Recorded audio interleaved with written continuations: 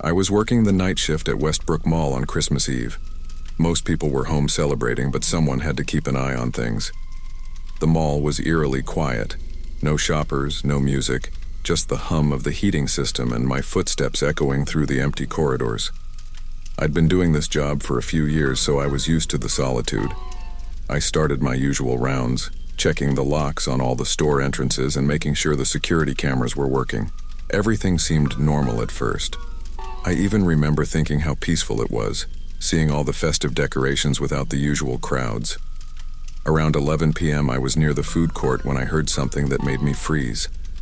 It sounded like glass breaking, followed by hushed voices. My first thought was that some teenagers had broken in for a prank. It wouldn't be the first time. I radioed in to report that I was investigating a disturbance, then slowly made my way towards the sound. As I got closer to the food court, I could hear more clearly. It wasn't just voices. There was the distinct sound of metal scraping against metal, like someone was trying to force open a locked door. My heart started racing. This wasn't some harmless prank. I peeked around the corner, and what I saw made my blood run cold. There were 5 or 6 people dressed in full Santa Claus costumes, complete with fake beards and boots.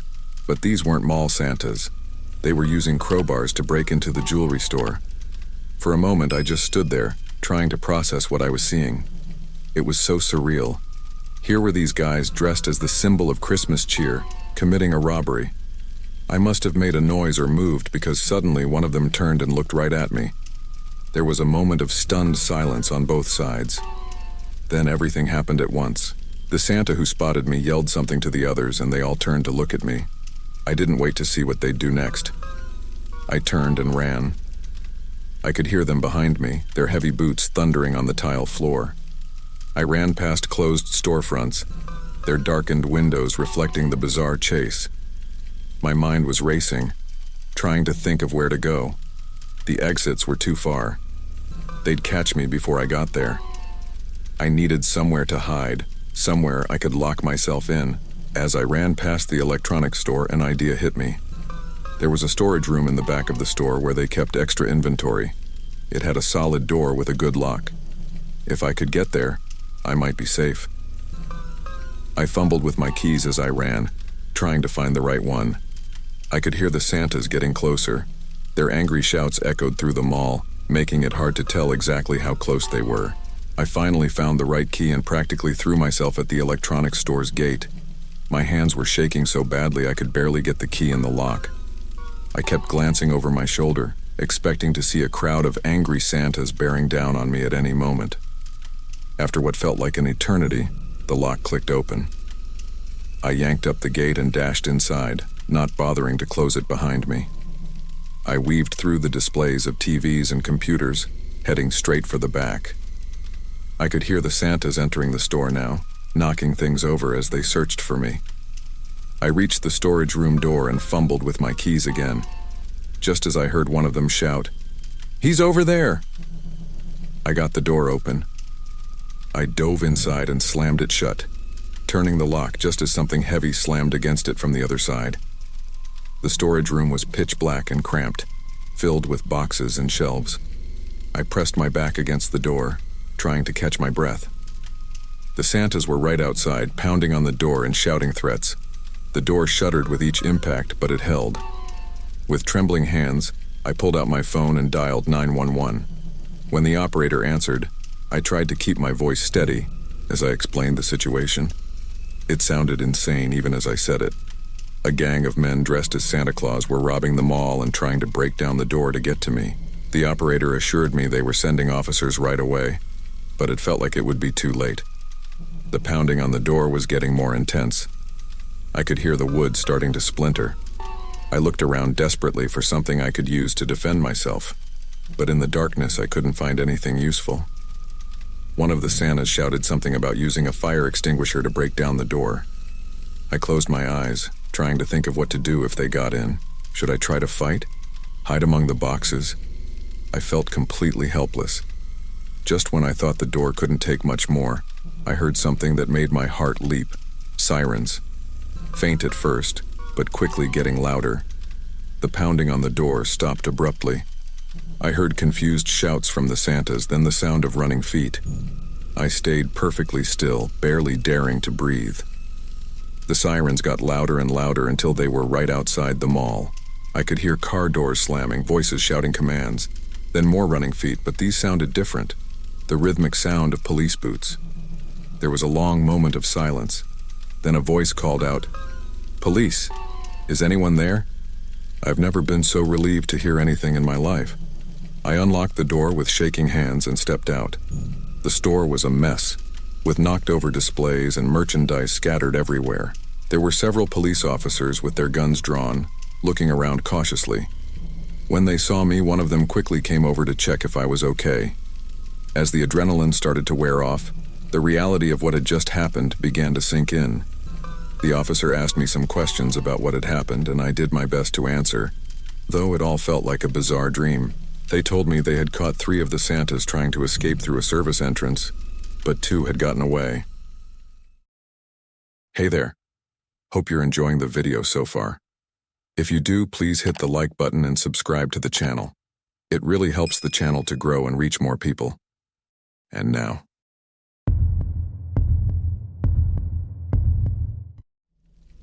I was working the Christmas night shift at this 24-hour diner just off Highway 287 in Childress, Texas. The place was dead quiet, with only the tinny sound of Jingle Bell Rock playing on the old jukebox for company. I was wiping down the counter for what felt like the 100th time. The fluorescent lights buzzed overhead, casting a sickly glow on the worn linoleum floor. Outside, a light drizzle had started, creating a misty haze around the neon open sign. I couldn't help thinking about my family, probably finishing their Christmas dinner while I was stuck here serving lukewarm coffee. But bills don't pay themselves, and the holiday pay was too good to pass up. The bell above the door chimed, snapping me out of my thoughts. I looked up and froze when I saw him. A man in his mid-40s stood in the doorway, average height and build, wearing a dark jacket and jeans. But what caught my attention was the blood.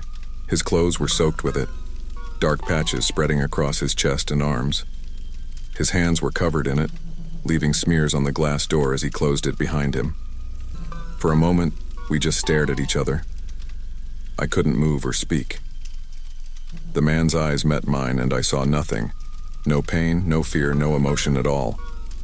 Just a blank stare that chilled me to the bone. Then, as if this was perfectly normal, he walked over to the counter and sat down on one of the red vinyl stools. His movements were calm and deliberate, like he wasn't even aware of the blood covering him. He asked for coffee in a surprisingly soft and even voice. Somehow I managed to pour him a cup with shaking hands, placing it in front of him while trying to avoid touching any part of him or the blood-smeared counter. He took a sip and thanked me as if we were having a perfectly normal interaction. I nodded, not trusting my voice. My eyes darted to the phone behind the counter as I wondered if I should call the police or an ambulance. Was this man hurt, or had he hurt someone else? When I managed to ask if he wanted sugar, he just shook his head slightly, his eyes never leaving me. I noticed then that despite all the blood, I couldn't see any wounds on him. No cuts, no bruises, nothing to explain where it all came from. Minutes ticked by, feeling like hours. The man sat there, occasionally sipping his coffee, but mostly just staring. At me, at the walls, at nothing in particular. I busied myself with mundane tasks, refilling salt shakers and straightening menus. Anything to keep my hands occupied and avoid meeting his gaze. The jukebox had fallen silent, leaving only the hum of the refrigerator and the soft ticking of the clock to break the oppressive silence.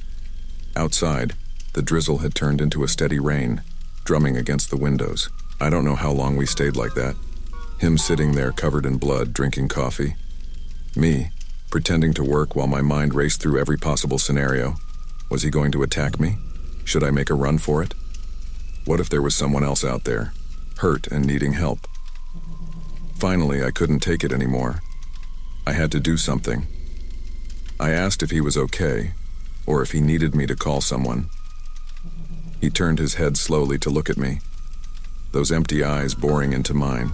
After a long moment, he simply said he didn't need anything. The way he said it sent chills down my spine. It wasn't threatening or angry. It was just Empty. I told him I was going to step into the back for a moment to get more coffee. He didn't respond, just went back to staring at his half-empty cup. My legs felt like jelly as I walked to the kitchen, trying to move at a normal pace despite every instinct screaming at me to run. As soon as I was out of sight, I grabbed the phone and called 911.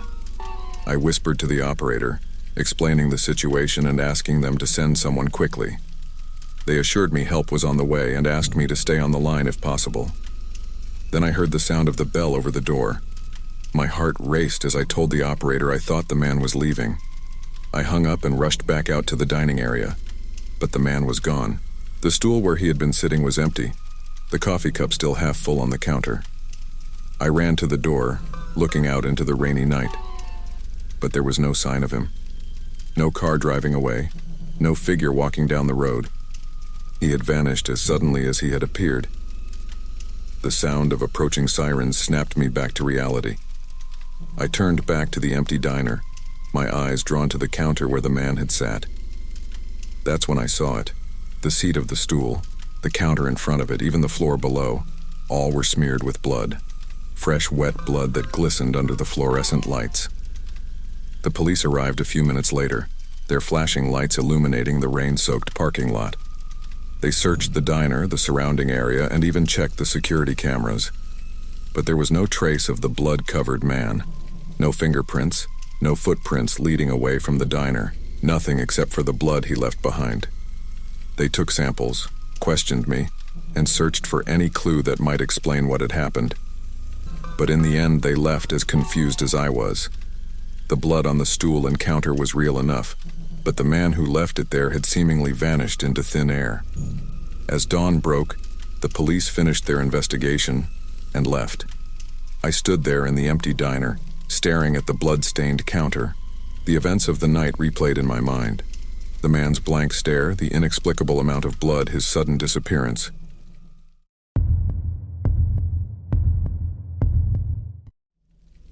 I was driving my cab through downtown Chicago on Christmas Eve. The streets were pretty quiet, with most people already at home celebrating.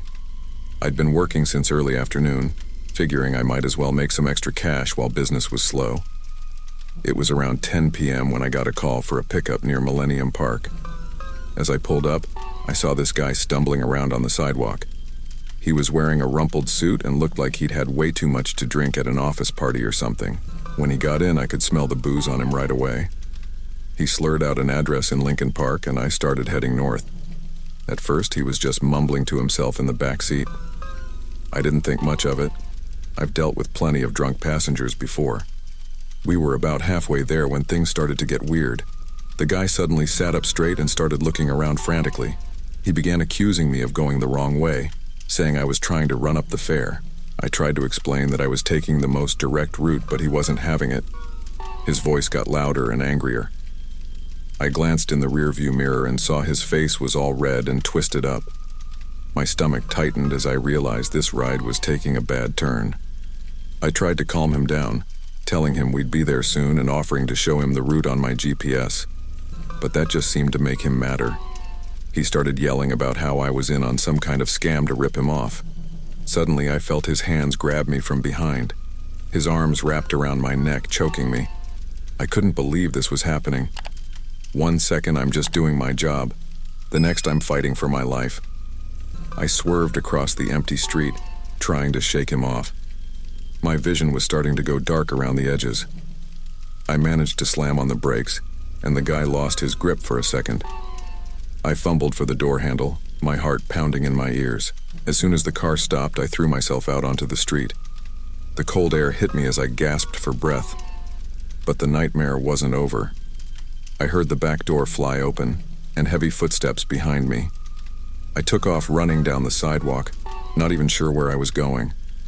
All I knew was I had to get away from this maniac. The streets were deserted.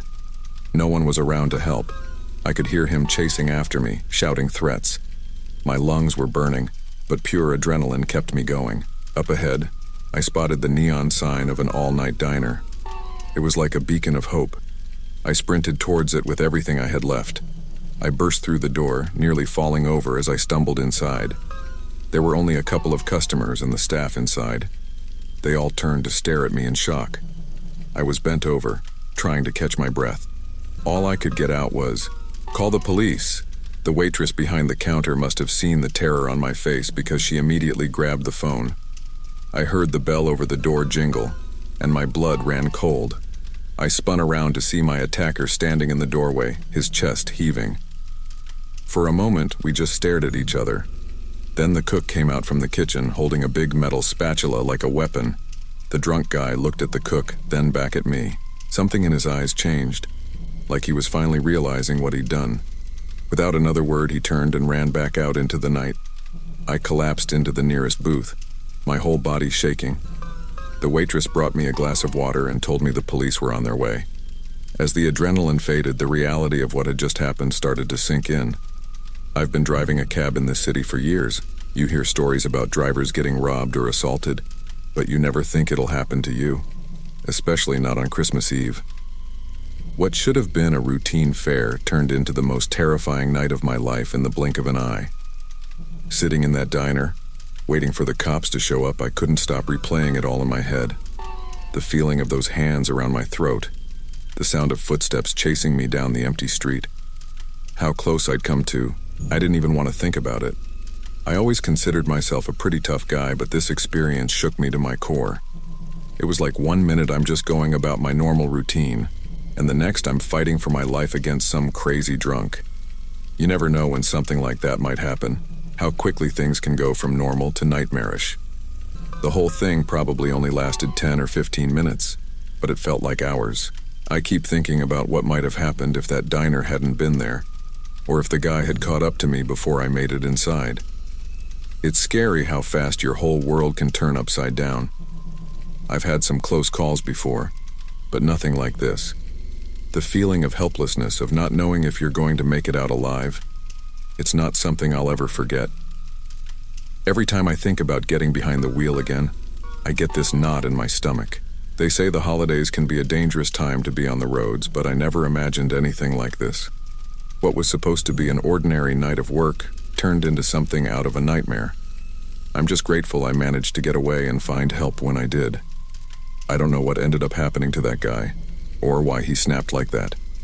All I know is that my simple decision to pick up one more fare that night nearly cost me everything. It just goes to show you never can tell what might be waiting around the next corner in this job.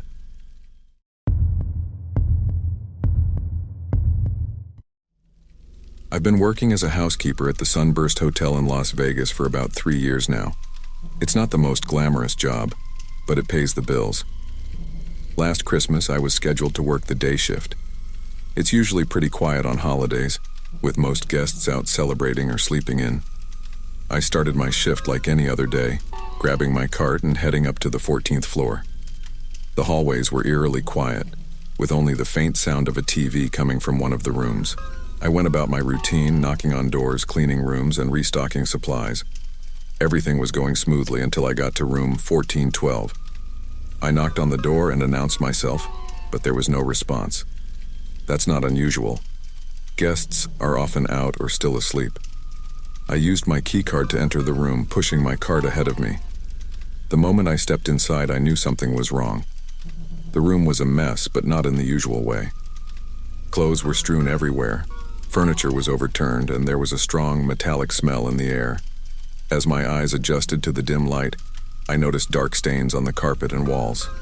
At first, I thought maybe there had been a wild party the night before, but as I looked closer, my stomach dropped. The stains weren't from spilled drinks or food. They were blood. There was so much of it, splattered across the walls and soaked into the carpet. I stood there frozen, trying to process what I was seeing. There were signs of a struggle everywhere. A broken lamp, a cracked mirror, even what looked like fingernail scratches on the desk. My mind was racing, trying to figure out what to do. I knew I needed to call security right away. I backed up towards the door, not wanting to disturb anything in the room. That's when I heard a noise coming from the bathroom. It sounded like someone moving around. My first thought was that maybe someone was hurt and needed help. I called out, asking if anyone was there. The bathroom door slowly opened, and a man stepped out. He was covered in blood. His clothes, his hands, his face, everything. For a moment, we just stared at each other. I couldn't believe what I was seeing. The man smiled, but it wasn't a friendly smile. It was cold and unsettling. He said it was all just a prank, that he and his friends had been messing around with fake blood. But something in his eyes told me he was lying. The blood looked too real, and there was way too much of it for this to be a joke. I tried to stay calm, telling him I needed to call my supervisor about the mess. But as I reached for the phone on the nightstand, he moved quickly, stepping between me and the door. He said I didn't need to call anyone, that he'd clean everything up himself. I could feel my heart pounding as I realized how dangerous the situation was. I was alone in a room with a man covered in blood, and he was blocking my only way out. I tried to keep my voice steady as I told him I really needed to go, that I had other rooms to clean. He took a step closer, still smiling that chilling smile. He said I should stay and help him clean up. His voice was calm, but there was a threatening undertone that made my skin crawl. I knew I had to get out of there fast. I pretended to agree, hoping to catch him off guard. I said I'd go get some extra cleaning supplies from my cart. As I moved towards the door, he seemed to relax a bit. But when I got close enough, I made a run for it. I shoved past him, adrenaline giving me strength I didn't know I had. He grabbed at my uniform, trying to hold me back, but I managed to break free. I ran into the hallway, screaming for help at the top of my lungs. I could hear him behind me, his footsteps pounding on the carpet. I ran towards the elevators, praying one would be there. But as I rounded the corner, I saw both elevators were on other floors. I didn't have time to wait. I spotted the door to the stairwell and burst through it. I started running down the stairs, taking them two at a time. I could hear the man above me, his heavy breathing echoing in the stairwell. He was shouting something, but I couldn't make out the words over the sound of my own panicked breathing and the blood rushing in my ears. As I ran, I tried to think of where I could go for help. The hotel would be mostly empty on Christmas Day with minimal staff. I needed to get to a public area where there would be other people. I made it down several flights of stairs before I heard a door slam open above me. The man was shouting, his voice bouncing off the walls of the stairwell. I pushed myself to run faster, my legs burning with the effort. When I reached the ground floor, I burst out of the stairwell into the lobby. There were a few guests milling around, looking startled by my sudden appearance. I ran straight to the front desk, gasping for air as I tried to explain what had happened. The desk clerk looked shocked, quickly picking up the phone to call security. I turned around, half expecting to see the bloodied man right behind me, but he wasn't there. I could see the door to the stairwell slowly closing, but there was no sign of him. Hotel security arrived within minutes, along with the manager. They asked me to describe what happened while they called the police. As I was talking to them, I saw movement near the elevators. It was the man from the room, but he had changed his clothes. There was no blood on him now. He walked calmly through the lobby, nodding at the security guards as if nothing was wrong. I pointed at him, trying to tell the others that he was the one, but my voice seemed to have stopped working. Before anyone could react, he had walked out the front door of the hotel and disappeared into the crowded Las Vegas street. The police arrived shortly after, and I had to go through the whole story again. They went up to check the room, but by then, housekeeping had already been there. The room was clean, with no sign of the horror I had seen earlier. The police looked at me skeptically, probably thinking I was some hysterical housekeeper who had overreacted to a messy room. But I know what I saw. The blood, the mess, the look in that man's eyes. It was all real. And somewhere out there, that man is still free, maybe planning his next victim.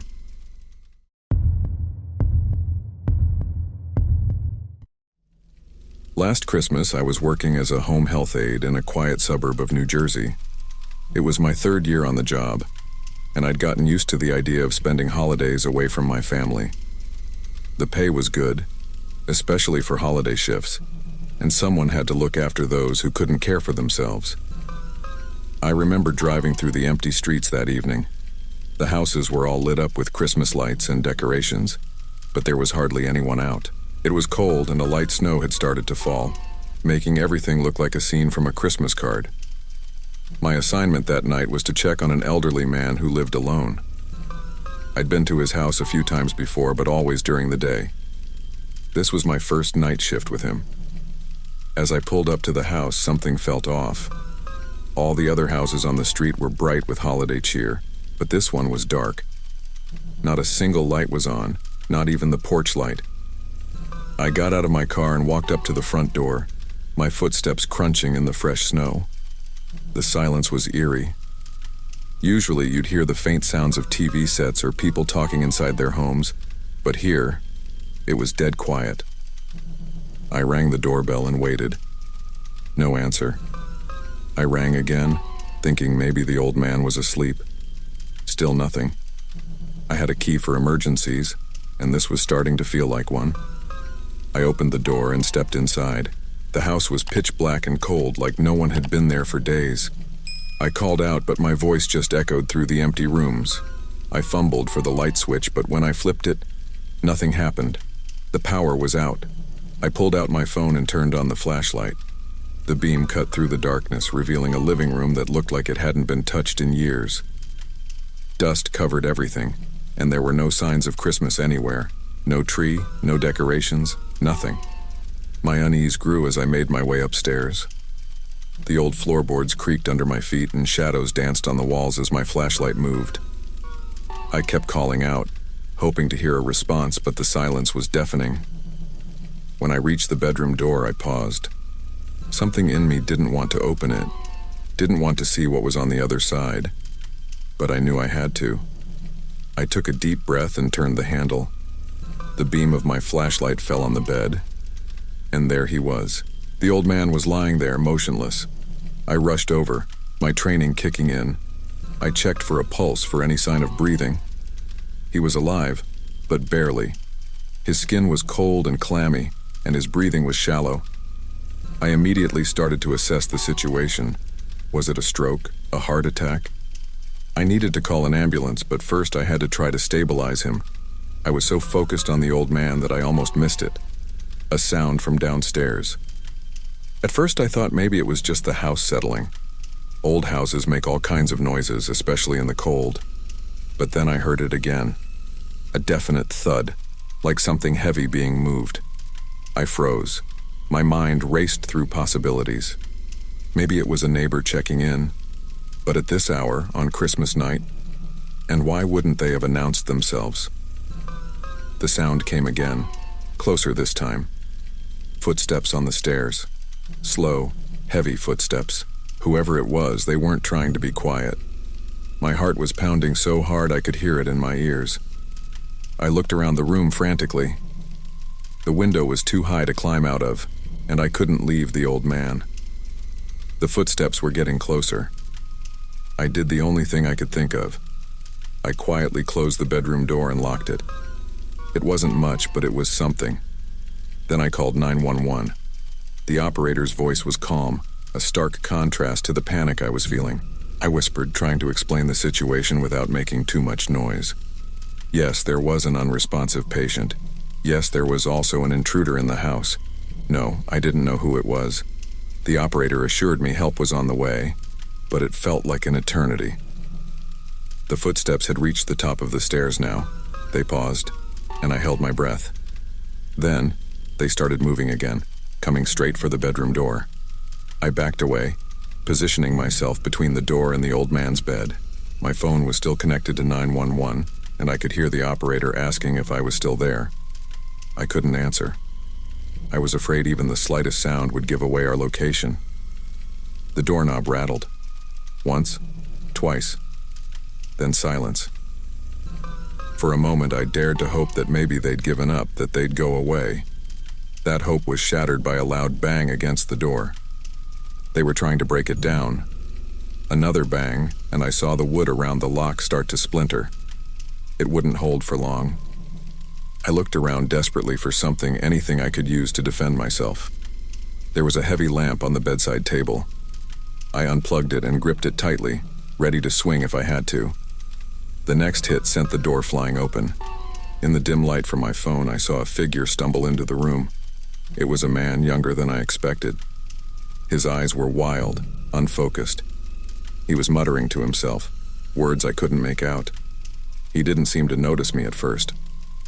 His gaze was fixed on something behind me. The old man in the bed. That's when it clicked. The family resemblance was unmistakable. This must be the old man's son. The intruder took a step forward, and I raised the lamp, ready to strike. That's when he finally saw me. He looked surprised, like he couldn't understand what I was doing there. For a long moment, we just stared at each other. I could see now that he was in bad shape. His clothes were dirty and torn, his face gaunt. His eyes kept darting around the room, never focusing on one spot for long. He opened his mouth to say something, but before he could, we both heard it. Sirens in the distance, getting closer. The man's eyes widened with fear. He looked at the old man in the bed, then back at me. Then, without a word, he turned and ran. I heard his footsteps thundering down the stairs, then the sound of a door slamming. By the time the police arrived, he was long gone. The next few hours were a blur. Paramedics took the old man to the hospital. Police officers asked me questions, took my statement. They found signs of forced entry downstairs, a window that had been pried open. As dawn broke, I sat in the living room, watching the police finish up their investigation. An officer explained that they knew who the intruder was, the old man's estranged son, a drug addict who had been in and out of rehab. He had probably come looking for money or valuables to steal.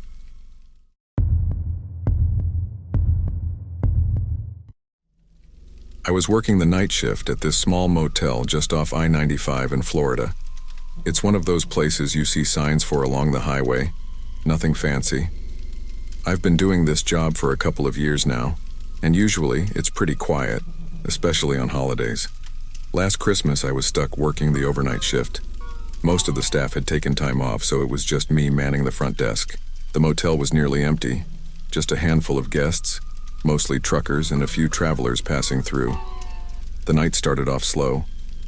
I was keeping myself busy with some paperwork and watching old Christmas movies on the small TV behind the counter. Around midnight, this guy walks in. Right away, something felt off about him. He was fidgety, kept looking over his shoulder, and his clothes were all wrinkled and dirty. When he came up to the desk, I could smell alcohol on his breath. He mumbled something about needing a room for the night. I tried to make small talk while checking him in, but he barely said a word, just kept glancing around nervously. As I was handing him the key, I noticed his hands were shaking. He grabbed the key and hurried off without another word. I watched him through the window as he went to his car, a beat-up old sedan, and grabbed a duffel bag from the trunk. The way he was struggling with it, it looked really heavy. For the next couple of hours, everything was quiet. I tried to focus on my work, but I kept thinking about that guy. Something just didn't feel right. I found myself glancing at the security monitor more often than usual, half expecting to see something. It must have been around 2 a.m. when I heard it. A scream. At first I thought I was imagining things, but then I heard it again, louder this time. It was coming from the direction of that guy's room. I froze for a second, not sure what to do. Part of me wanted to ignore it, pretend I hadn't heard anything. But I knew I had to check it out. I grabbed the master key and a flashlight and headed out. The motel was dead quiet as I walked down the row of rooms. The only sound was the hum of the vending machines and my own footsteps on the concrete. As I got closer to his room, I could hear muffled noises, like someone moving around frantically. I was about to knock when I saw him. The guy was in the parking lot struggling to drag something towards his car. It was a large, heavy-looking bag. In the dim light from the parking lot lamps, I could see dark stains on it. My stomach dropped. I knew I should go back and call the police right away, but I was rooted to the spot. That's when he saw me. Our eyes met, and for a second, neither of us moved. Then he dropped the bag and reached into his pocket. The parking lot lights glinted off something metallic. A knife. My brain finally kicked into gear and I turned and ran. I could hear his footsteps behind me as I sprinted back to the office. My hands were shaking so bad I could barely get the key in the lock. I slammed the door shut just as he reached it, fumbling with the deadbolt. He started pounding on the door, yelling and swearing. I scrambled for the phone, knocking it off the hook in my panic. I managed to dial 911, my voice shaking as I tried to explain what was happening. The whole time he was outside, alternating between trying to break down the door and pleading with me to let him in.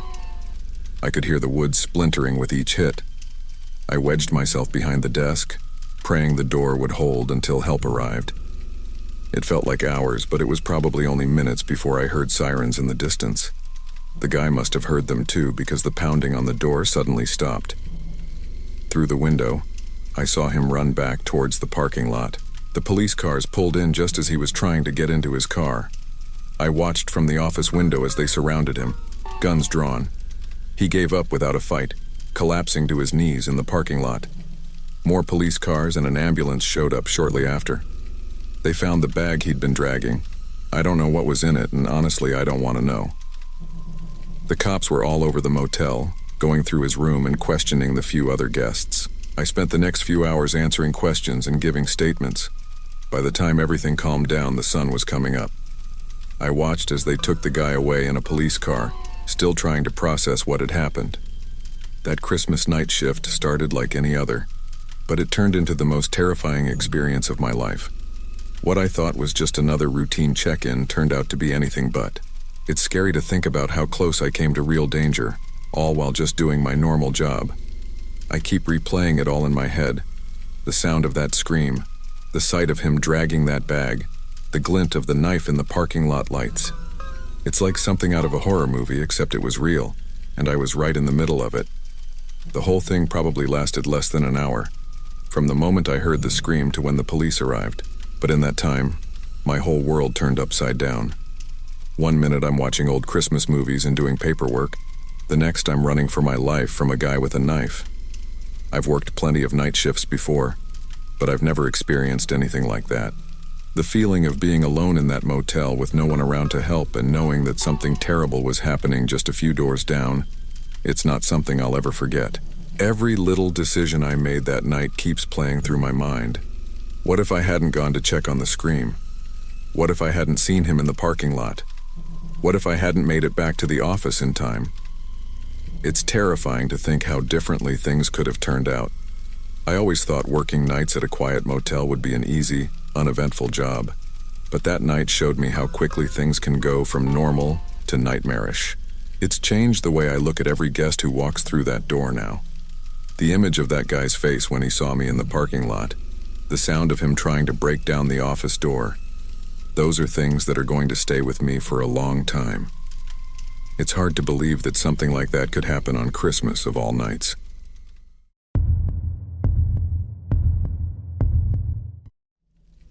I've been working at this animal shelter in Los Angeles for about 3 years now. It's not the most glamorous job, but I love animals, so it's rewarding in its own way. Last Christmas, I got stuck with the night shift. Everyone else had plans or family to be with, but I'm not from around here, so I figured I might as well take one for the team. The shelter's in this kind of isolated area on the outskirts of the city. It's an old building, probably from the 70s or something, with these flickering fluorescent lights that give everything a weird greenish tint at night. We've got about 30 dogs and maybe 20 cats at any given time, plus a few rabbits and the occasional bird or reptile. That night started off pretty normal. I got in around 6 p.m., did the evening feedings, cleaned out some cages, and settled in for what I thought would be a quiet night. The animals were all pretty calm. I guess they pick up on the holiday vibe or something. I remember thinking how peaceful it was, just me and the animals with the sound of distant traffic in the background. I was in the break room, microwaving some leftover pizza and scrolling through my phone when I first heard it. It was this faint banging sound, like someone hitting metal against metal. At first, I didn't think much of it. This part of LA can get pretty noisy, especially on holidays. People setting off firecrackers, that kind of thing. But then it got louder and more insistent. I put my pizza down and went to check it out. As I walked through the kennel area, I noticed the dogs starting to get agitated. The bigger ones were on their feet, some of them growling low in their throats. That's when I started to get really uneasy. Animals have a way of sensing danger before we do, you know? The banging was coming from the back of the building. We've got this heavy metal door back there that leads out to the exercise yard. As I got closer, I could hear voices too, men's voices, low and rough. My heart started racing. This wasn't just some random noise. Someone was trying to break in. I crept up to the door, trying to stay quiet. There's a small window in it, about eye level. I had to steel myself to look through it, half afraid of what I might see. When I did, my blood ran cold. There were 4 men out there, big guys with tattoos and mean looks on their faces. One of them was working on the lock with some kind of tool, while the others kept watch. For a second, I couldn't move. My mind was racing, trying to figure out what they wanted. Then it hit me: dogfighting. We'd had problems with dogfighting rings in the area before. They sometimes try to steal dogs from shelters to use as bait animals. The thought made me sick to my stomach. I knew I had to do something, but what? I'm not exactly a fighter, and there were 4 of them. The shelter's pretty isolated, so yelling for help wouldn't do any good. I decided my best bet was to hide and call the police. I rushed back through the shelter, trying to move quickly but quietly. The dogs were really worked up now, barking and growling. I was afraid the noise would cover up the sound of the men breaking in. The cats were all alert too, eyes wide, some of them hissing from their cages. There's a supply closet near the front of the building. It's small and cramped, full of cleaning supplies and pet food, but I figured it was my best option. I squeezed in between the shelves, knocking over a bottle of disinfectant in my haste. The sharp smell filled the tiny space as I pulled the door shut as quietly as I could. My hands were shaking so bad I could barely dial 911. When the operator answered, I tried to explain the situation in a whisper. I was terrified the men would hear me. The operator told me to stay hidden and that they were sending officers right away. She wanted to stay on the line with me, but I was too afraid of being overheard. I hung up and turned my phone to silent. After that, the waiting began. I could hear the men inside the shelter now, the sounds of them moving around, opening cages. The dogs were going crazy. I heard crashes like they were knocking things over. Every now and then I'd hear a snippet of conversation, but I couldn't make out what they were saying. I was trying so hard to control my breathing, afraid they'd hear me. The closet felt smaller and smaller. I was wedged in awkwardly and my legs were starting to cramp up, but I didn't dare move. The smell of the spilled disinfectant was making me dizzy, and I had to fight the urge to cough. At one point I heard footsteps right outside the closet. I held my breath, sure they were about to find me. The doorknob rattled, and I thought my heart was going to explode. But then the footsteps moved away. I guess they thought it was locked. I lost all sense of time in that closet. It felt like hours, but it was probably only about 30 minutes. The whole time I could hear the men moving around, talking to each other, but I couldn't make out what they were saying over the noise of the animals. As I sat there, trying to stay as still and quiet as possible, my mind kept going to worst-case scenarios. What if the police didn't come in time? What if the men found me? What would happen to the animals? I thought about the sweet pit bull we had just rescued last week, and the 3-legged German shepherd that everyone loved. The idea of them being taken for dogfighting was unbearable. The waiting was the worst part. Every second felt like an eternity. I kept straining my ears for the sound of sirens, but all I could hear was the chaos in the shelter. At one point, I heard a loud yelp from one of the dogs, followed by angry shouting from one of the men. I had to bite my lip to keep from making a sound. Then finally, I heard it. Sirens in the distance, getting closer. The men must have heard them too, because suddenly there was a lot of shouting and the sound of running feet. I heard the back door slam open. The next few minutes were chaos. I could hear the police officers shouting commands, more running, a couple of loud bangs that might have been gunshots. I stayed frozen in the closet, too scared to come out. What if it wasn't over? What if some of the men were still in the building? Eventually, things got quiet. I heard someone calling out, asking if anyone was in the building. Even then I hesitated. What if it was one of the intruders trying to trick me? But then I heard a woman's voice, one of our regular officers who sometimes patrols the area. I recognized her voice and relief washed over me. I stumbled out of the closet, my legs numb from being cramped up for so long. The fluorescent lights seemed even harsher after the darkness of the closet. As my eyes adjusted, I saw the full extent of the damage. The shelter was a mess. Cages were open, stuff knocked over everywhere. Dog food was spilled all over the floor, mixing with broken glass from the framed photos that usually hung on the walls. But as I looked around, I realized with immense relief that all the animals seemed to be accounted for. They were scared and agitated, but they were all there. The police told me they'd caught 2 of the men, but the others had gotten away. They'd been watching the shelter for days, apparently, waiting for a night when it would be understaffed. They had a van parked nearby, ready to load up as many dogs as they could. As I gave my statement to the police, I was still shaking from the whole experience.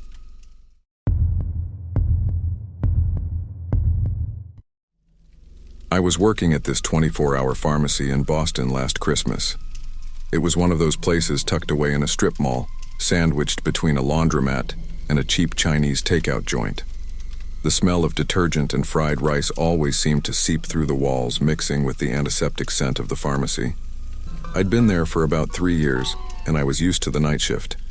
Usually it was pretty quiet, just me, the hum of the fluorescent lights, and the occasional late-night customer looking for cold medicine or condoms. That night, though, it felt different. Maybe it was because it was Christmas, and the streets outside were eerily empty. The only sounds were the distant echo of carols from someone's car radio and the soft whirring of the HVAC system. I'd volunteered for the shift because, well, time and a half pay is time and a half pay. Plus, I didn't have any family in the area to celebrate with anyway. I was restocking the shelves near the front of the store when I heard the bell above the door jingle. At first, I didn't think much of it. We always got a few stragglers on holidays. People who'd forgotten to pick up their prescriptions or needed something for an unexpected headache after too much eggnog. But when I turned around, I felt this immediate sense of unease. This guy had walked in wearing a heavy winter coat that seemed too big for him, and a baseball cap pulled low over his eyes. He was fidgeting, his eyes darting around the store like he was expecting someone to jump out at him. I remember thinking he looked strung out, probably looking to score some over-the-counter stuff to get high. It wasn't uncommon in our area. I put on my best customer service voice and asked if I could help him with anything. That's when everything went sideways. He reached into his coat and pulled out a gun. It wasn't some little pistol either. This thing looked like it belonged in an action movie. My brain kind of short-circuited for a second. I'd had a few attempted robberies before, but never anything like this. The guy started demanding opioids. OxyContin, Vicodin, anything we had. His voice was all over the place, sometimes almost a whisper, then suddenly loud enough to echo through the empty store. He kept glancing towards the windows like he thought someone was going to burst in at any moment. I tried to keep my voice steady, telling him I'd get what he wanted if he'd just calm down and put the gun away. But that just seemed to agitate him more. He waved the gun at me, telling me to hurry up and fill a bag with the drugs. I moved towards the locked cabinet where we keep the controlled substances, my hands shaking so bad I could barely get the key in. The whole time I was trying to figure out if I could hit the silent alarm without him noticing. But he was watching my every move, and I didn't want to risk setting him off. As I was filling the bag, I kept trying to talk to him, hoping maybe I could calm him down or stall long enough for someone to notice something was wrong. I asked him why he needed the drugs, if he was in pain or something. He just got more agitated, telling me to shut up and keep filling the bag. I could see sweat beading on his forehead and his eyes were wild, pupils so dilated they looked almost black in the harsh store lighting. I thought that once I gave him the drugs, he'd leave. That's how it usually went with robberies. They get what they want and take off. But as I handed over the bag, he grabbed my arm. His grip was like a vice, and I could feel the gun pressed against my side. He said I was coming with him. My stomach dropped, and for a second I thought I was going to be sick right there. I tried to argue, to reason with him. I told him he had what he wanted. He could just go. But he wasn't listening. He just kept muttering about how he couldn't trust me to keep quiet, how I'd seen his face. Before I knew it, he was pushing me towards the door, the gun digging into my back. We got into his car, this beat-up old sedan that smelled like stale cigarettes and fast food. The seats were torn, and there were empty beer cans rolling around on the floor. As soon as we pulled away from the pharmacy, the reality of the situation hit me. I was being kidnapped on Christmas night, and nobody even knew I was gone. The streets were almost empty, decorated with Christmas lights that now seemed more like a mockery than a celebration. Every house we passed, I imagined families inside, warm and safe, completely unaware of what was happening just outside their doors. The guy kept muttering to himself, swerving between lanes and running red lights. I was terrified he was going to crash, picturing us wrapped around a telephone pole or plowing into some poor family coming home from Christmas dinner. We drove for what felt like hours. The guy was getting more and more agitated, popping pills from the bag and washing them down with something from a flask he kept in the center console. His driving got worse, and a couple times I thought we were going to end up in a ditch.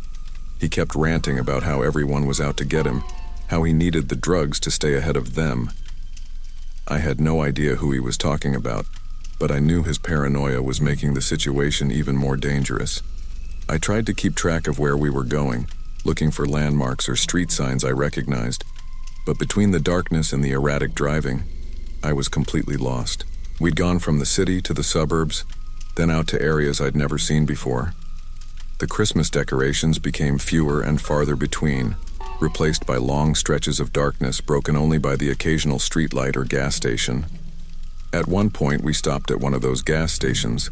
The guy made me go in with him to pay, keeping the gun hidden but pressed against my side the whole time. The place was deserted except for a sleepy-looking cashier who barely looked up from his phone. I thought about making a run for it, but there was no one else around, and I was afraid of what the guy might do if I tried to escape and failed. Back in the car, I started to feel like this nightmare was never going to end. The guy was talking less and less, just staring ahead with this wild look in his eyes. The drugs were clearly kicking in, and I couldn't tell if that made him more or less dangerous. I was trying to figure out if I should try to grab the wheel, jump out at the next stop, anything to get away. We ended up back in the city, though I couldn't tell you how we got there. The streets were starting to look familiar again, and I realized we were somewhere in Dorchester. It was late enough that even the bars were closed and the streets were empty except for the occasional cab or police car. Every time I saw a cop, my heart would race, hoping they'd somehow notice something was wrong. But they always just drove past, oblivious to what was happening right in front of them. Then, somewhere near Field's Corner, we hit a red light. The intersection was empty, no other cars around. The guy was distracted, fumbling with the radio and muttering something about needing to find the right station. I realized this might be my only chance. Without thinking, I threw open the door and just ran. I could hear him yelling behind me, the car door slamming and footsteps pounding on the pavement. But I didn't look back. I just ran as fast as I could, my heart feeling like it was going to burst out of my chest. I had no idea where I was going, just away from him. I turned corners randomly, ducking between parked cars and praying he wasn't following me. My lungs were burning and my legs felt like they were about to give out. But then I saw it. The lights of a police station up ahead. It was like something out of a movie. This beacon of hope in the middle of my worst nightmare. I sprinted towards it with everything I had left, bursting through the doors and collapsing onto the floor of the lobby.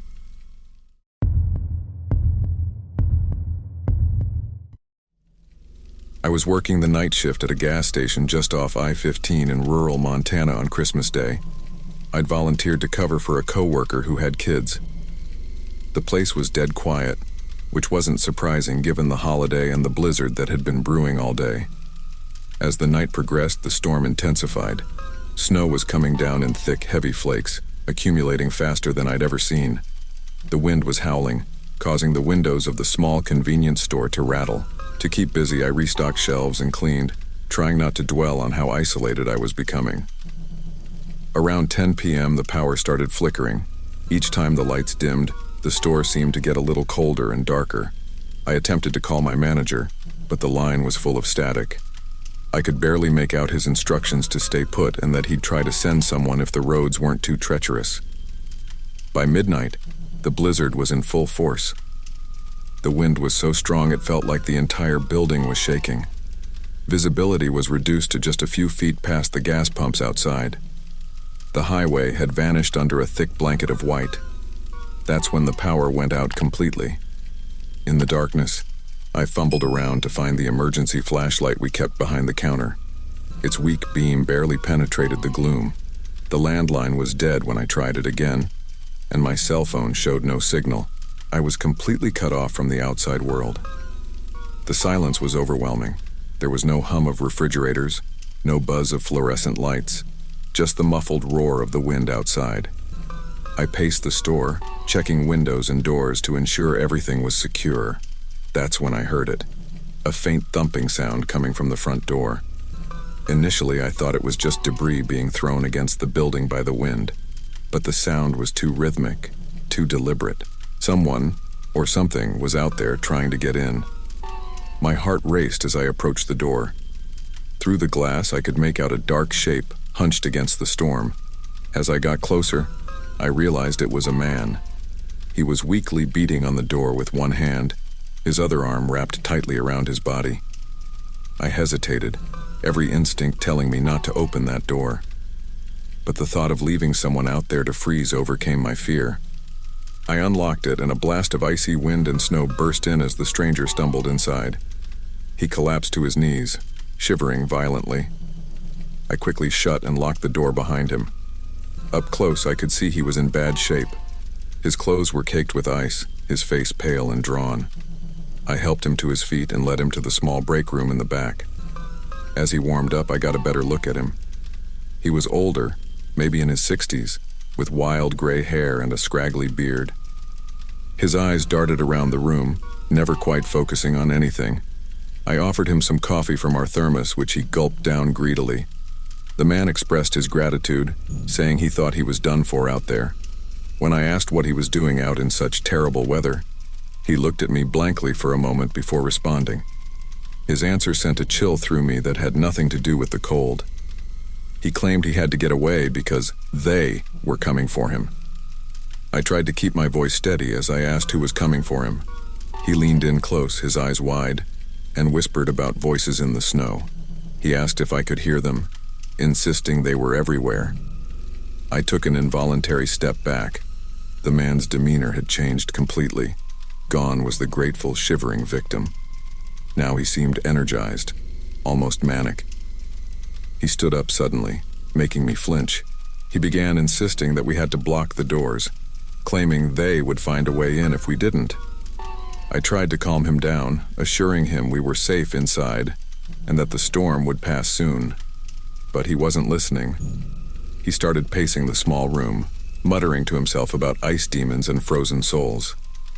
I edged towards the door, planning to make an excuse and lock him in the break room. But he noticed my movement and lunged forward, grabbing my arm. His grip was surprisingly strong. He shouted that I couldn't leave, insisting they would get me too. I tried to pull away, but he held on tight. His eyes were wild, unfocused. I realized with growing horror that I was trapped in a small space with a clearly unstable man, and no one knew I was here. He started dragging me towards the storeroom, ranting about finding materials to barricade the doors and windows. I planted my feet, trying to resist, but he was stronger than he looked.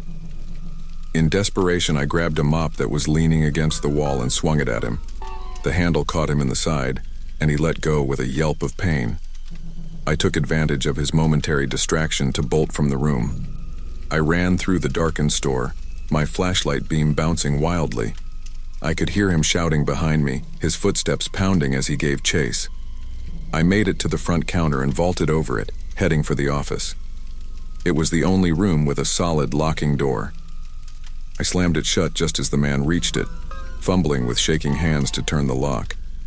He pounded on the door, alternating between threats and pleas. I backed away, my breath coming in short gasps. The thin wood didn't seem nearly strong enough to keep him out if he really tried to break it down. I searched desperately for a weapon, anything I could use to defend myself. The best I could find was a heavy stapler. I gripped it tightly, straining my ears for any sound of him trying to force the door. The pounding eventually stopped, but I could hear him moving around the store. Glass shattered. He was breaking things, maybe looking for tools to get into the office. I tried the phone on the desk, but the line was still dead. Hours passed like this. Sometimes he would come back to the door, alternating between rage and incoherent mumbling. Other times there would be long stretches of silence that were almost worse. I was exhausted, but too terrified to sleep. As the night wore on, I began to wonder if I'd make it out of this alive. Would anyone even come looking for me? How long before the next shift realized something was wrong? Just when I thought I couldn't take the stress anymore, I heard a new sound cutting through the storm. Sirens. At first I thought I was imagining it, but they grew louder, more distinct. Someone had made it through the blizzard. The man heard it too. He started shouting, but his voice was drowned out by the wail of the sirens.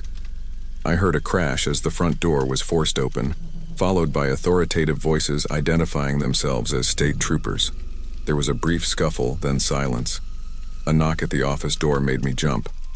A voice called out, identifying themselves as Montana State Police and assuring me that I could come out now, that I was safe. I unlocked the door with trembling hands. 2 officers stood there, snow still clinging to their uniforms. Behind them, I could see the man being led away in handcuffs, still ranting about voices in the snow.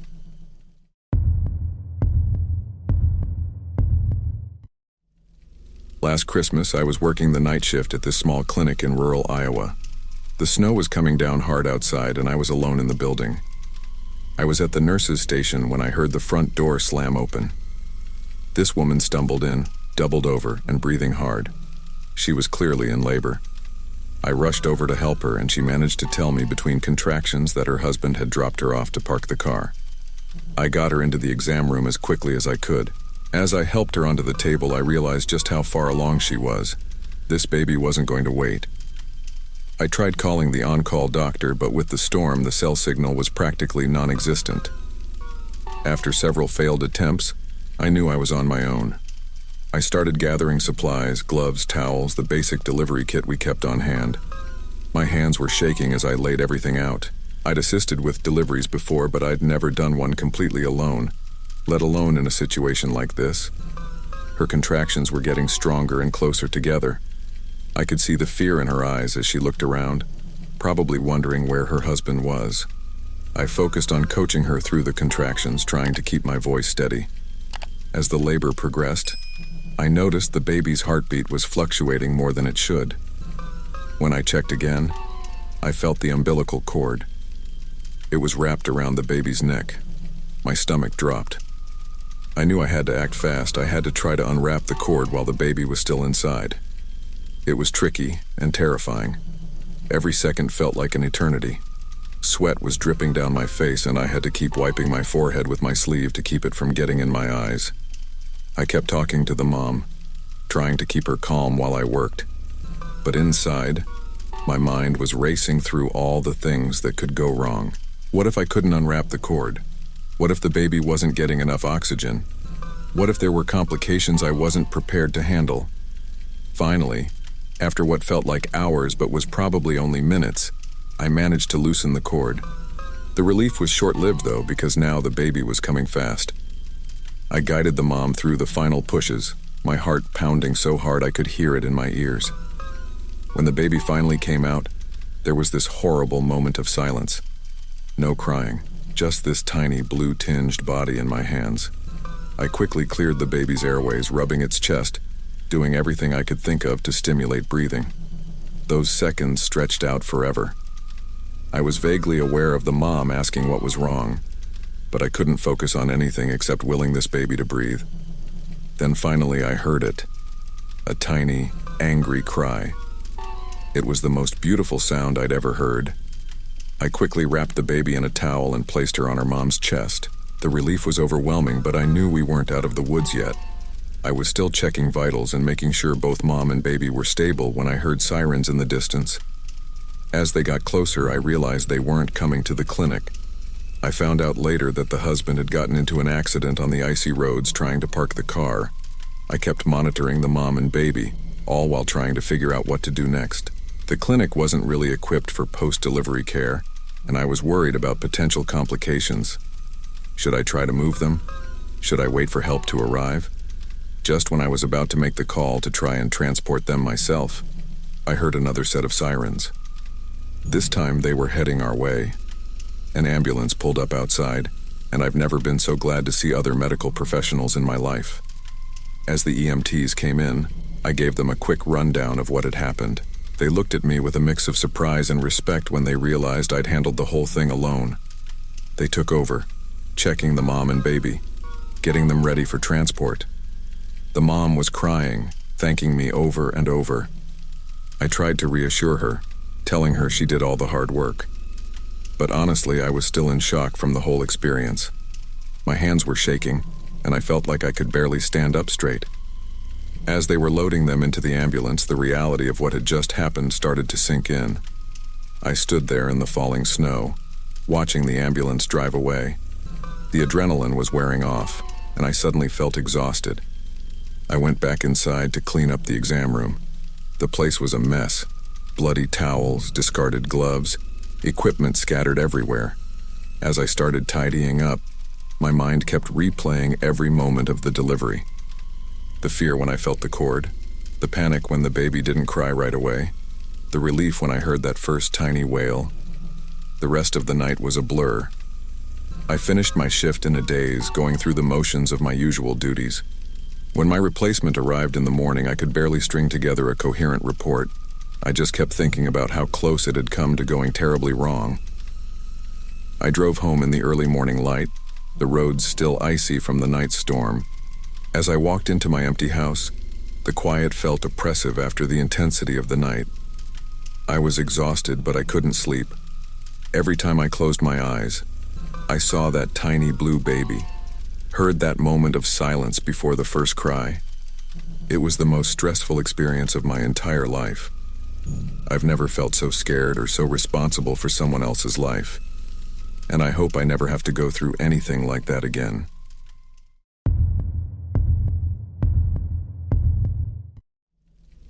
I was working the night shift as a janitor in this huge office building in downtown Seattle.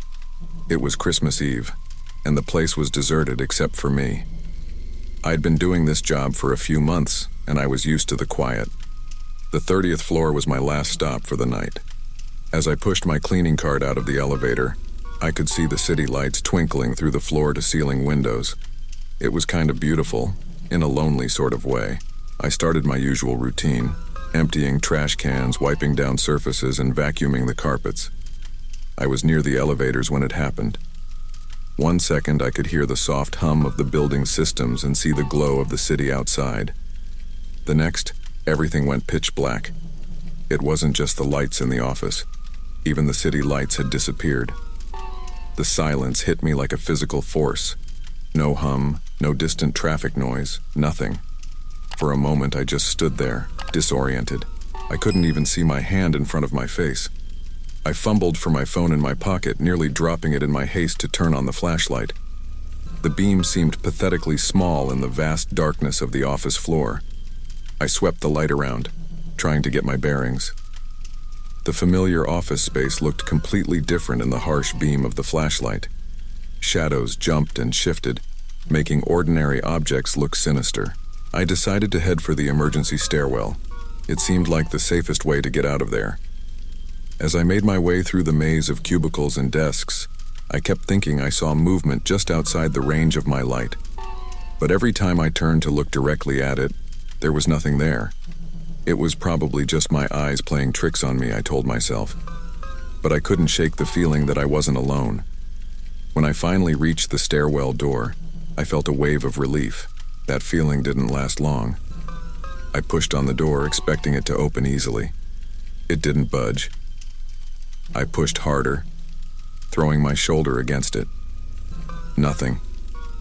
It was like the door had been welded shut. That's when I heard it.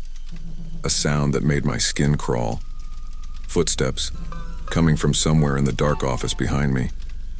At first I thought maybe it was just the building settling or my imagination running wild. But then I heard whispers. Faint, but unmistakable. I called out, "Hello? Is someone there?" My voice sounded small and scared, even to my own ears. No response came. Just more whispers and footsteps getting closer. I turned back to the door, desperately trying to force it open. The sounds behind me were getting louder. I could hear the shuffle of feet on carpet, the soft murmur of voices just on the edge of understanding. My hands were sweating as I gripped the door handle, pulling and pushing with all my strength. Then I saw them, shadowy figures moving in the darkness beyond the reach of my phone's light. They were just shapes, but they were definitely moving towards me. I couldn't make out any features, just dark silhouettes against the blackness of the office. Adrenaline surged through me. I threw my whole body against the door over and over. The footsteps were so close now I could almost feel a presence right behind me. Just as I felt something brush against my back, the door finally gave way. I practically fell into the stairwell, my phone clattering to the ground. I snatched it up and started running down the stairs, taking them 2, sometimes 3 at a time. The echo of my footsteps in the stairwell was deafening, but not loud enough to drown out the sound of pursuit. They were following me. I could hear them, their footsteps thundering down the stairs behind me. I didn't dare look back. I just kept running, my lungs burning, my legs aching. 30 floors is a long way down when you're running for your life. I lost count of how many flights I'd descended. My world narrowed to the steps in front of me and the sounds behind me. At one point I stumbled, nearly falling headlong down the stairs. I caught myself on the railing, my hand slipping on the cold metal. The momentary pause allowed me to hear how close my pursuers were. Too close. As I ran, my mind raced with questions. Who were these people? How did they get in? What did they want? But I couldn't spare the energy to think about it too much. All I knew was that I had to get out of there. The stairwell seemed endless. Each time I rounded a corner, hoping to see the ground floor, I was met with another flight of stairs.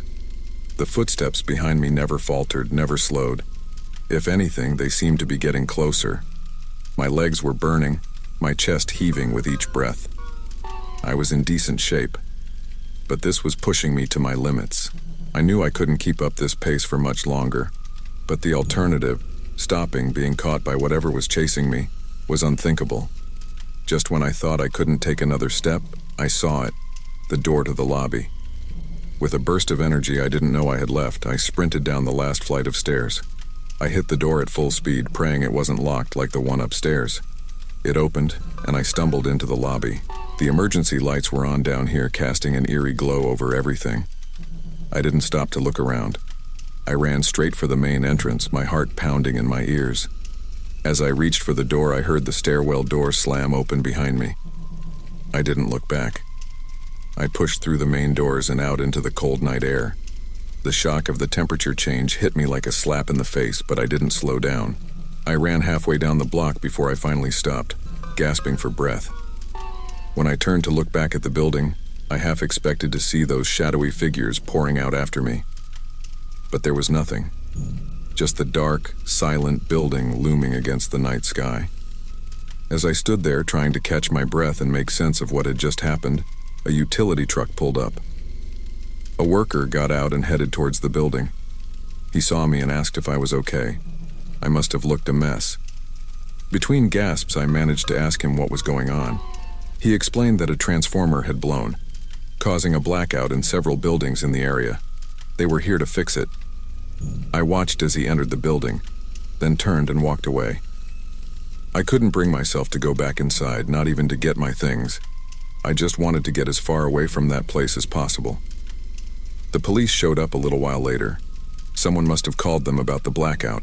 They did a sweep of the building but found nothing out of the ordinary. No sign of anyone else inside. No evidence of the terror I'd just experienced.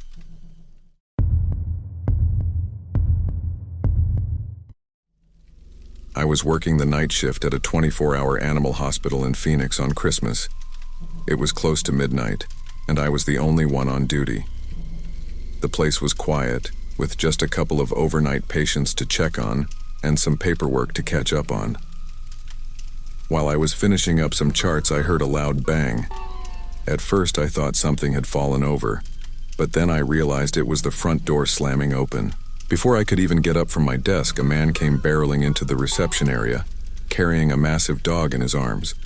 The dog was limp, and there was blood everywhere.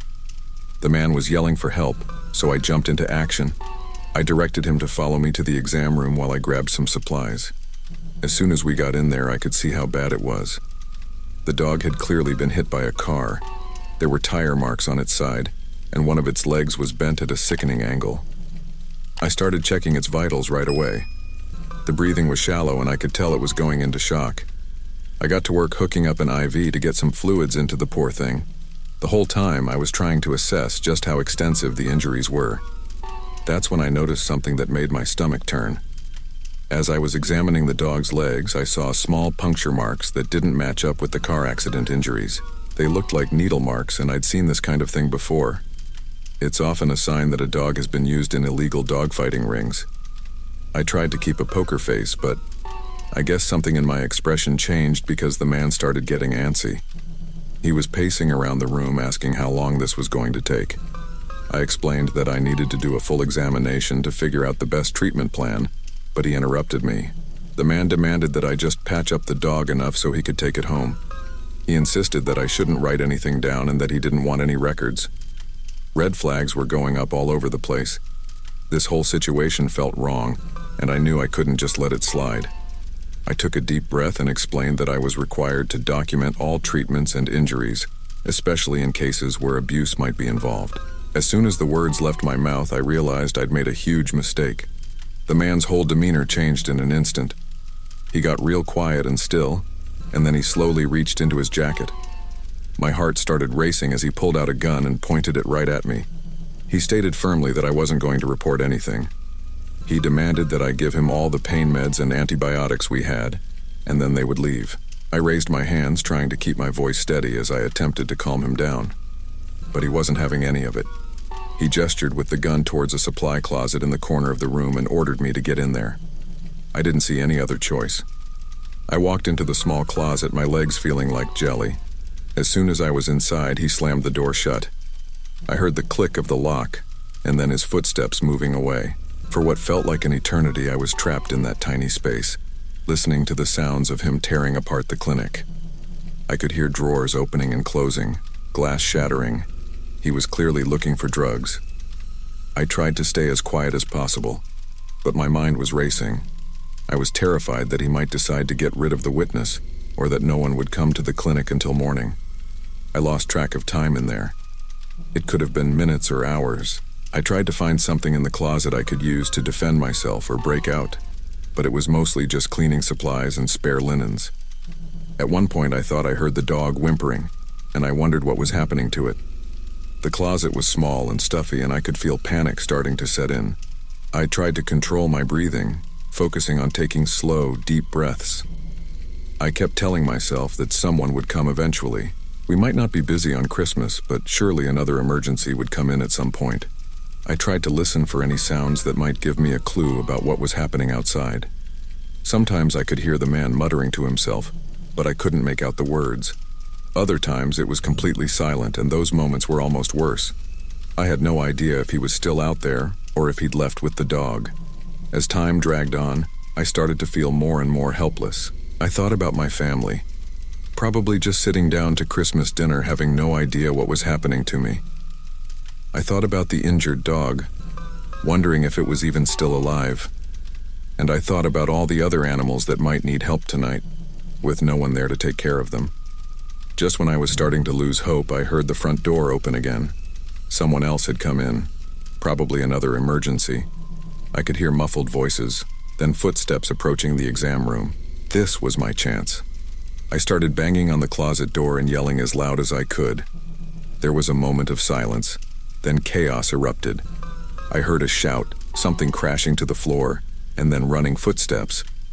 The next thing I knew, there were sirens outside and someone was unlocking the closet door. When I stumbled out, the exam room looked like a tornado had hit it. Supplies were scattered everywhere, and there was blood on the floor. The dog and the man with the gun were gone. A couple of police officers were there, along with a woman holding a cat carrier who looked absolutely terrified. The officers began questioning me, but I was still in shock. I tried to explain what had happened, but it all came out in a jumble. I described the man bringing in the injured dog, the suspicious needle marks I'd found, and how he'd pulled a gun on me when I mentioned reporting it. The officers took my statement and started processing the scene. They found some fingerprints and took samples of the blood on the floor. They also checked the security cameras, but the man had been smart enough to park out of view. As I was talking to the police, I couldn't stop thinking about that poor dog. I described it as best I could. A large breed, maybe a pit bull mix with brindle coloring. I told them about the car accident injuries and the suspicious needle marks. They informed me that they'd put out an alert to other vet clinics and animal hospitals in the area, in case the man tried to get treatment somewhere else.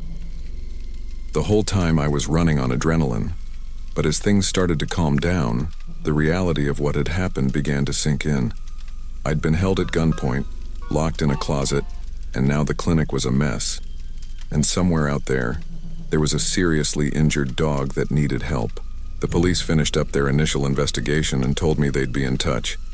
They advised me not to be alone at the clinic for a while, just in case the man decided to come back. The woman with the cat, who'd inadvertently saved me by showing up when she did, had long since been sent to another emergency vet with her pet.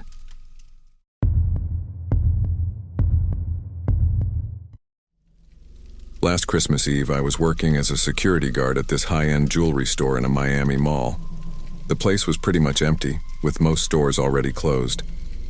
I'd been there for hours, just me and the glittering displays, ready to finish up my shift and head home.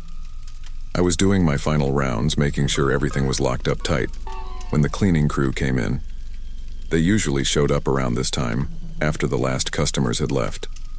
But something felt off about them. Their body language was all wrong, tense and nervous, not the relaxed movements I was used to seeing. As I watched them, trying not to be too obvious about it, I noticed one of them messing with something near the main entrance. It looked like he was tampering with the security camera. That's when I knew this wasn't the regular cleaning crew, and my stomach dropped. I started walking towards them, trying to keep my voice steady as I called out to ask if everything was all right. That's when everything went sideways. They whipped around and suddenly I was staring down the barrel of a gun. My heart nearly stopped as I realized this was a robbery. One of them, a tall guy with a nasty scar on his cheek, stepped forward and told me I was going to help them disable the alarm system and open the safe. He made it clear that if I tried anything, they wouldn't hesitate to use their weapons. I nodded, not trusting myself to speak. With shaking hands, I led them to the control panel. Every step felt like I was walking through quicksand. I could feel their eyes on me as I entered the code to disable the alarm. As we moved towards the safe, I was desperately trying to think of a way out of this mess. That's when I remembered the silent alarm. It was a long shot, but it was my only chance. While they were busy stuffing jewelry and watches into their bags, I managed to reach the hidden button under the counter. I pressed it, praying they wouldn't notice. For a moment, everything seemed fine. They continued looting, oblivious to what I'd done. But then, one of them looked up sharply, asking if anyone else had heard something. I felt my blood run cold. I hadn't heard anything, but the panic in his voice was clear. The leader turned to me, his eyes narrowing. He grabbed me by the collar, demanding to know what I'd done. I tried to deny it, but he wasn't buying it. He quickly realized I'd triggered the alarm and shouted to the others that they needed to get out of there. But it was too late. We could already hear sirens in the distance, getting closer by the second. The robbers started panicking, yelling at each other and waving their guns around. I thought for sure one of them was going to shoot me right there. Instead, the leader grabbed me, using me as a human shield as they tried to figure out what to do next. I could feel the cold metal of the gun pressed against my temple, his arm tight around my neck. The sirens were getting louder and I knew the police would be here any minute. For what felt like an eternity, we were in a standoff. The robbers were using me to negotiate with the police outside. I could hear the megaphone, the officers trying to talk them down. But these guys were desperate and I was caught in the middle. Every time the police made a demand, I felt the gun press harder against my head. My legs were shaking so bad I thought I might collapse. The only thing keeping me upright was the robbers' grip on me. I lost track of time. My world narrowed down to the feeling of the gun against my skin, the shouting voices around me, and the desperate hope that somehow I'd make it out of this alive. The store was a mess. Display cases were shattered, jewelry scattered everywhere. The beautiful pieces that usually sparkled under the soft lighting now looked dull and lifeless on the floor. I could see the Christmas decorations we'd put up earlier that week, now hanging crooked and torn. The robbers were getting more agitated by the minute. They kept arguing among themselves, trying to figure out an escape plan. One wanted to make a run for it, using me as cover. Another suggested trying to negotiate for a car. The leader kept shouting them down, insisting they could still get out of this if they just held their ground. I tried to stay as still as possible, afraid that any movement might set them off. My arms were aching from being held behind my back for so long, and my throat was dry from fear. I couldn't help but think about my family, wondering if they knew what was happening. Outside, I could hear the crowd growing. Despite the late hour and the holiday, people had gathered to watch the drama unfold. The flashing lights from the police cars painted the walls with an eerie red and blue glow. It was like being in a bubble, separated from the normal world by just a few feet of glass and desperation. The leader kept barking demands into a phone they'd forced me to call out on. He wanted a car, guaranteed safe passage, no charges. His voice was getting more frantic with each passing minute. I could tell the police weren't giving in to his demands, and that was making him more dangerous. Suddenly, there was a loud bang. For a split second, I thought one of the robbers had fired their gun, but then I saw the smoke grenade rolling across the floor. Everything happened so fast after that. There was shouting, more bangs, and suddenly I was being thrown to the ground. I covered my head with my arms, trying to make myself as small as possible. I could hear the sounds of a struggle, more shouting, but I didn't dare look up. It wasn't until I felt someone gently shaking my shoulder that I realized it was over. When I finally opened my eyes, I saw a police officer kneeling next to me, checking if I was okay. The robbers were on the ground, handcuffed and surrounded by SWAT team members. As the officer helped me to my feet, I saw the full extent of the destruction. Hey there again. Hope you enjoyed the video. Remember to hit the like button and to subscribe to the channel. This will really help the channel to grow, and you can be notified of the new videos. And I have something more for you. I chose another video for you to watch. Just click the card here to go to the video. Hope you like it. See you there.